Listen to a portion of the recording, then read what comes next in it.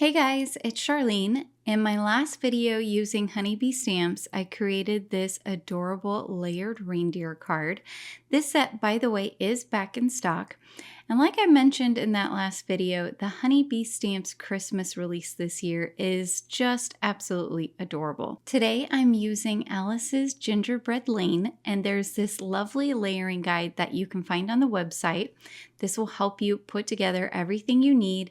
You can see there are 3 different gingerbread houses, as well as this adorable little gingerbread car. And then of course there are these 2 different Christmas trees and all kinds of other fun little goodies that you can add on to your gingerbread houses. Like there are candy canes or a little candy, a pretzel, so many fun little additions for your card. I'm going to start by cutting everything I need out of colored cardstock. So I'll cut out the 3 house bases, a car, and then 3 different trees in this darker brown cardstock. I have all that cut out. I'm going for a very traditional gingerbread style of house. So for the additional house layers here, I'm going to cut them out of that same gingerbread brown kind of colored cardstock. Because I'm building so many houses, I'm actually putting the pieces back as I go, and then I'm just grouping the pieces, the cardstock pieces, with the particular house. I cut these pieces here from a lighter shade of brown because there's this waffle cone pattern on them, and I wanted them to look kind of realistic. I'm going to cut all the rest of my pieces out of white cardstock because I'm going to use my alcohol markers to color these in. As I was taking everything out, I put it onto my sticky mat so that it doesn't run away. Now I'll set this piece aside. Any of the white icing pieces that I knew were going to be glued to the houses or the car or the trees, I went ahead and set those with the piece that they went with. So now I can go in and glue these layers together. This helps me keep lots of little die cuts from floating around on my desk and potentially getting lost. So this has a really nice lacy filigree style to the icing on here. So I did tap it off once I added the glue on the back. I just didn't want any of that glue to squish out from the sides of that beautiful white cardstock piece. So now I'll add some glue to the back of this next tree, and this is embossed, so you can see there's little nice embossed details on there, and I'll center that on the tree. This third tree has kind of piped little icing, and then on the tree there are some embossed details on there that show you exactly where that's going to go. This also would look really cute if you did it in green cardstock and then added white icing. Again, I wanted to keep with that gingerbread theme, so I didn't do a lot of colors here except for with the additions that I'm going to add on to the gingerbread houses. So now I will take the icing layer that goes on top of that super cute waffle cone roof, and you can see where there is no details, you can see that's where the piece is going to go. Honeybee is really good about making it super easy to see where things should go. And I really appreciate that because it saves me time. So I've added glue to the back of our waffle cone piece, and that's going to line up right over the top of the roof line. And then I've got some icing here. It's going to go over this bottom step piece, and then I can glue that entire piece to the base of the house. So having these extra layers just creates dimension, makes the house look more 3D, super cute. And then the door here is that same waffle cone pattern. So that's in the light brown. I've put it in the center so that way I can center my windows on each side. There are 2 other little white icing detail pieces that go to this house. I chose not to cut those out. So you don't have to use all the pieces either. Just remember that when you're putting things together. And now for this top of the chimney, I added the icing. Super cute first little house. Now for our car, I added icing to the back of the main body piece, and I'm going to put that right in the center of the top portion of the car. And then I can add these cute little wheels. I almost wish I had done the wheels in a different color, but it'll be okay. So here is our second house. I'm just going to put this together in the same way that I did the first one, and you can see how cute that's looking. And then same thing for our third house. All those lovely icing details are on there now. So now we can work on coloring our little decorations that are going to go on there. For these candy canes, there is embossed details that I'm just coloring in with my red alcohol marker. This is Olo R1.5, and I'm going to do the same for that piece that goes over each of the two door arches on the houses. You'll see it'll make more sense once you see the whole piece put together. I'm going to color this entire front door red, just making sure to go around the edges. And then for these little circles here, I'm going to color them red as well. These go on kind of that icing detail. Our star, I'm going to color in Y2.2. This door is meant to be a chocolate bar, so I'm coming in with some 07.8. I ultimately do not end up using that.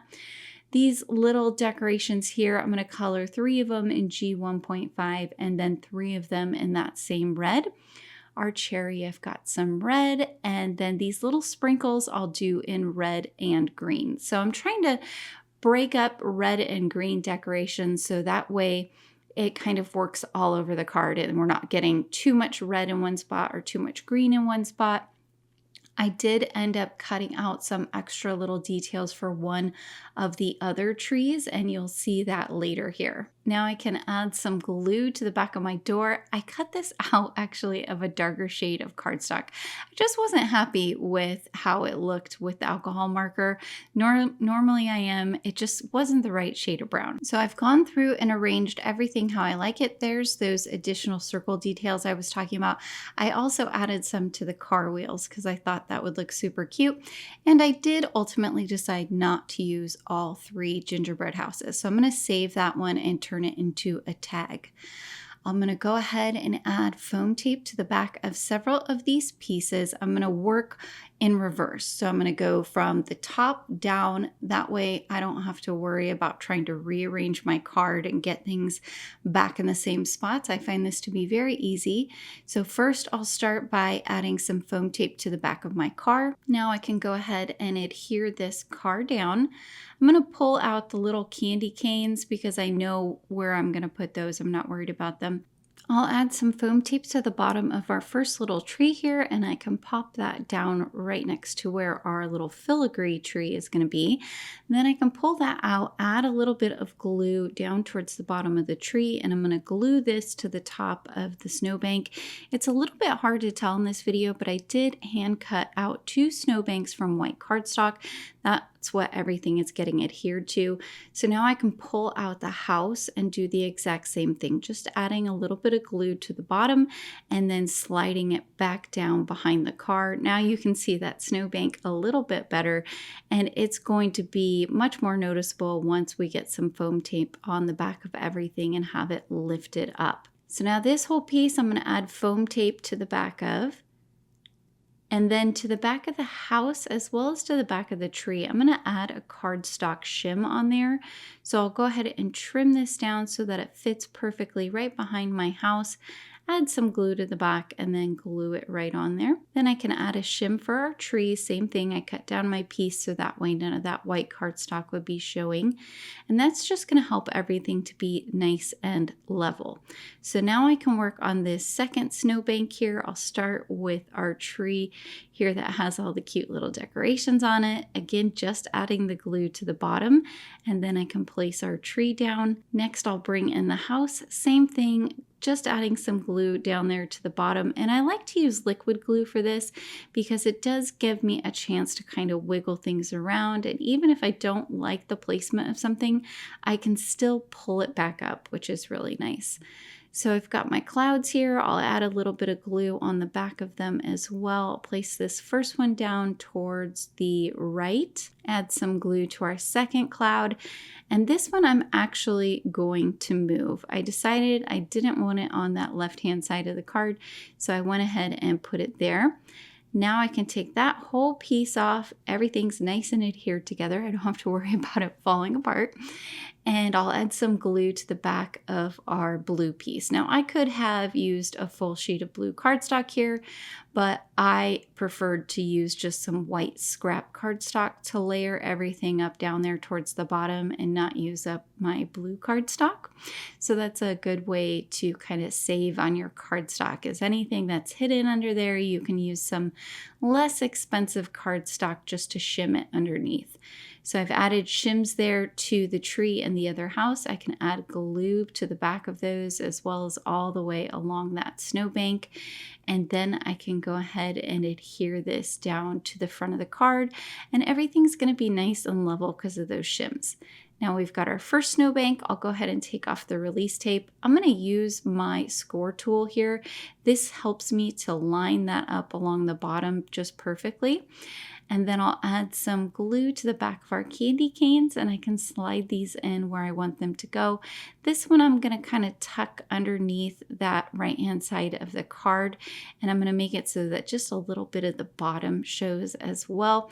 These are kind of like end caps to the card. I feel like they create the scene and sort of hold the scene in.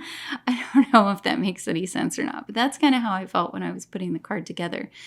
So now I have cut out a third cloud. I decided it wasn't balanced, something fell off to me, and I thought it would work better with 3.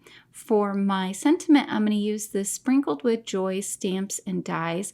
I have this one here that says, "Hope your holidays are sprinkled with joy." I'll stamp this out with some intense black ink. Make sure to get our stamp nice and inked up. Go ahead and flip and press and lift. And then I will do a second stamping just to darken up that ink, and oh, it looks so cute. Cut it out with the coordinating die as well.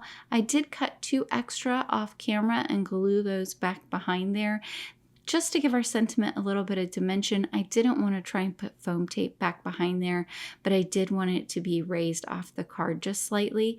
And I'm going to tuck this down towards the bottom so that it's in between the car and the tree. You can see there's kind of this balance and movement to the car that draws your eye down there to the sentiment. Last but not least, I'm going to add some Twinkle Stickles here and there on different areas of the card to give it a little bit of sparkle and shine. It's always hard to know when you've put enough stickles, so I'm going to walk away and let this dry now. Here is our finished card. Look at that pretty glittery goodness from the stickles, and it looks like real gingerbread. Super, super cute. I did do a 5x7 card this time, which was a lot of fun. I don't do a lot of those. And then our other gingerbread house here, you can see I sprayed with some glitter spray. Super, super fun.